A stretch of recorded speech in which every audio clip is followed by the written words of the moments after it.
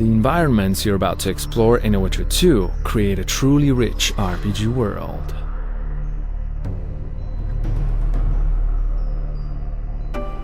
You might have already seen examples of how the communities you will visit are alive with activity.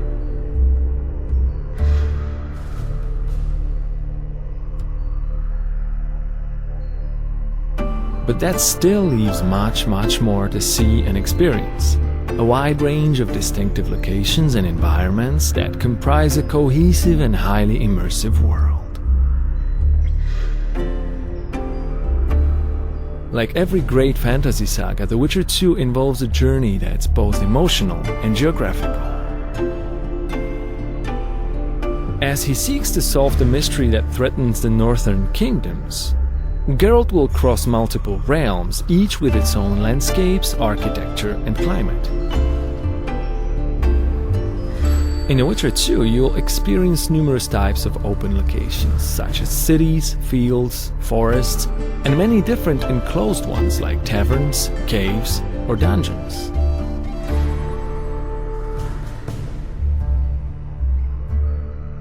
To hold players in the game world, every single place they can see has to look and feel exactly right. Everything has to fit its surroundings, every bush, every plant, and every single rock. So, for example, before placing the trees in a particular location, we considered things like the terrain, the humidity, and the sun and wind conditions, and only then we could choose the proper types and decide exactly how each one should look.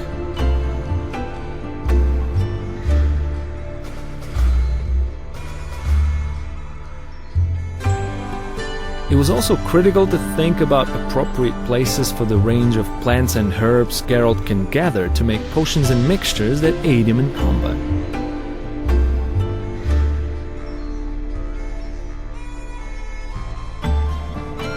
Similar demands arose for other locations like places of power and monster nests.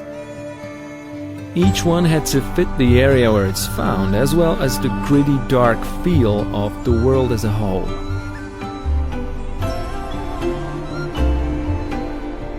Another important concern was to have an appropriate architectural style for each race in the world. To create the dwarven city of Bergen, for example, we looked at a number of different concepts, then put in a huge amount of work to translate the ones we chose into actual models and interiors. We believe we achieved exactly what we wanted. The dwarven structures reflect the race. Rough and tumble on the outside, but warm, friendly, and comfortable inside.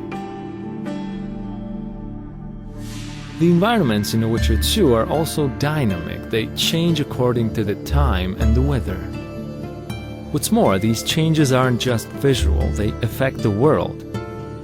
People work and shop during the day, sleep at night, eat at meal times, and visit the tavern and play dice during their leisure time.